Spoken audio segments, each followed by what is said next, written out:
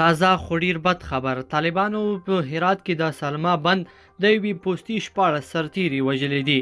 د هرات په چشت شریف ولسوالۍ کې د ملي اردو 14 سرتیري له طالبانو سره په جګړه کې وژل شوي دي. په دې ولسوالۍ کې د سلما بند د کنډک قومندان علام محمد اندړ ازادي راډیو ته وویل دا سرتیري سلما بند ته نږدې د غزي په نوم پر یو پوسته د سلګونو طالب جنګیالیو د تیرې شپې په برید کې ووژل شول.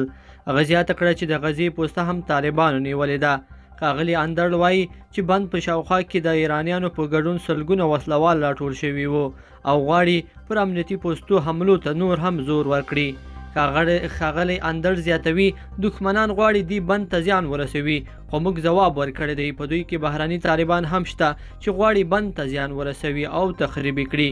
د ملي اردو دی قومندان خبرداری ورکړی چې کوم مرستندوی ځواکونه سیمې ته ونه رسیږي د سلما بند په شاوخوا کې پرتې نورې پوستې به هم طالبان ونیسي. لیدونکو په دې هیله چې دا مطلب به مو راسره تر پایه پورې لیدلی وي. که مو دغه ویډیو خوښه شوې ویډیو لایک کړئ د سره او چینل سبسکرایب کړئ. تر بیا ښه وخت.